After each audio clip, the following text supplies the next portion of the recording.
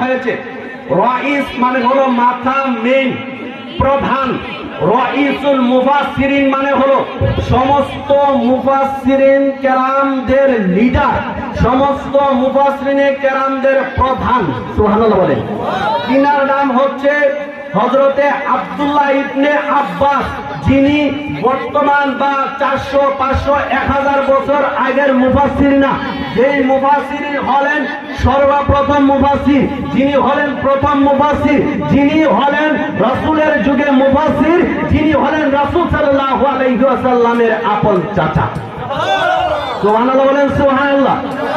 ওই তাফসীর ইবনে আব্বাস আজ থেকে 1500 বছর আগের তাফসীর এখানে উল্লেখ রয়েছে।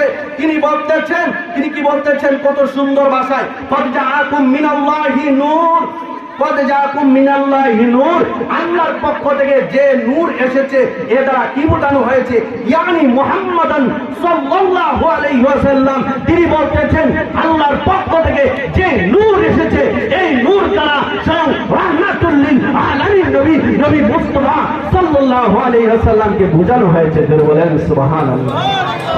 এই আকীদা বিশ্বাস আপনারা সকলে ধারণ করবেন এবং আহলে সুন্নাত ওয়াল জামাতের ছায়া তলে থাকবেন, তাহলে নাজাত পেতে পারবেন। নবীকে মহব্বত করবেন, আহলে বায়াতকে ভালোবাসবেন, মা বাবার খেদমত করবেন, 5 ওয়াক্ত নামাজ পড়বেন।